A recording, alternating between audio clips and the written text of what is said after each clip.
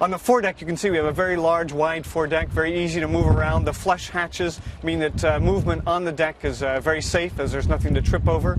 We have a twin anchor roller designed forward with an optional fitting that allows us to receive a code 0 or a symmetrical spinnaker. A very deep anchor locker with a integrated anchor windlass. The Sun Odyssey 379 has a Selden rig for both the standard and the in-mast furling version, so a very high-quality rig. And one of the key features also is that we've put the rigging inboard against the coach roof. That means that you have a much better passage along the side decks when moving fore and aft than you might find with a boat that has rigging on the exterior of the hull side.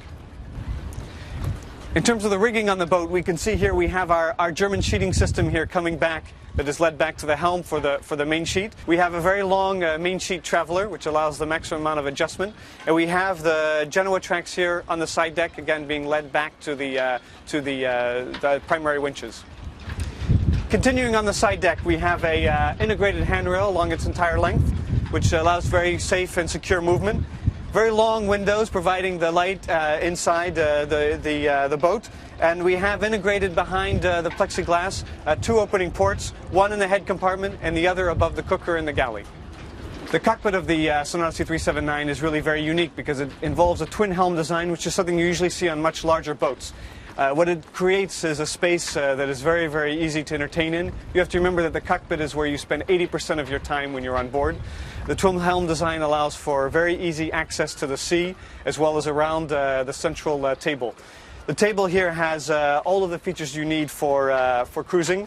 It has cup holders. We have an ice box with integrated bottle holders in the middle. We have storage compartments on the front and back end. We have indirect lighting here on the table, as well as space here for equipment, and where we can also mount an exterior GPS on a rotating pod.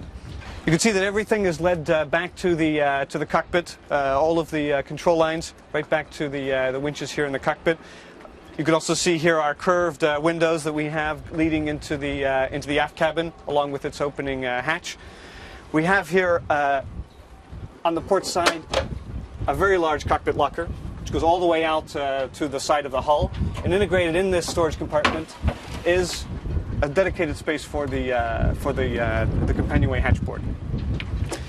The helm station is really a command post of sorts on board the boat. We have coming back to the primary winches here both the main sheet, which comes back to either side, as well as the jib sheet. Both of them have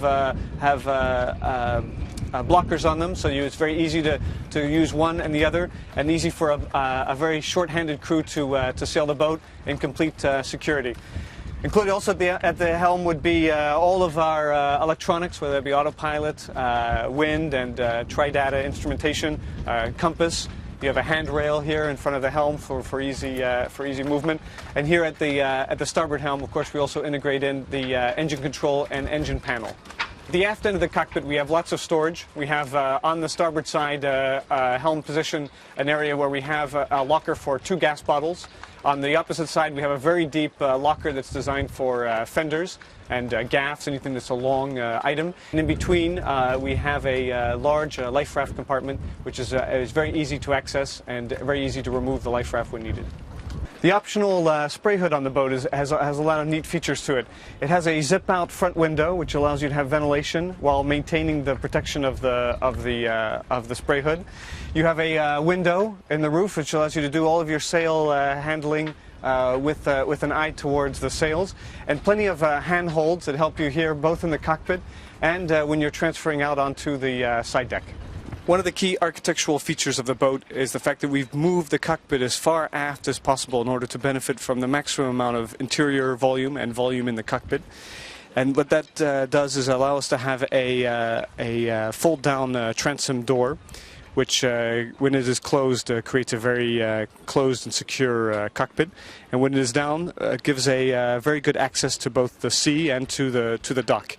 Integrated into the door is a telescopic ladder with handholds that allow you to easily climb back on board. Just forward of that is the dedicated life raft locker, in which there's also a special access to the steering system.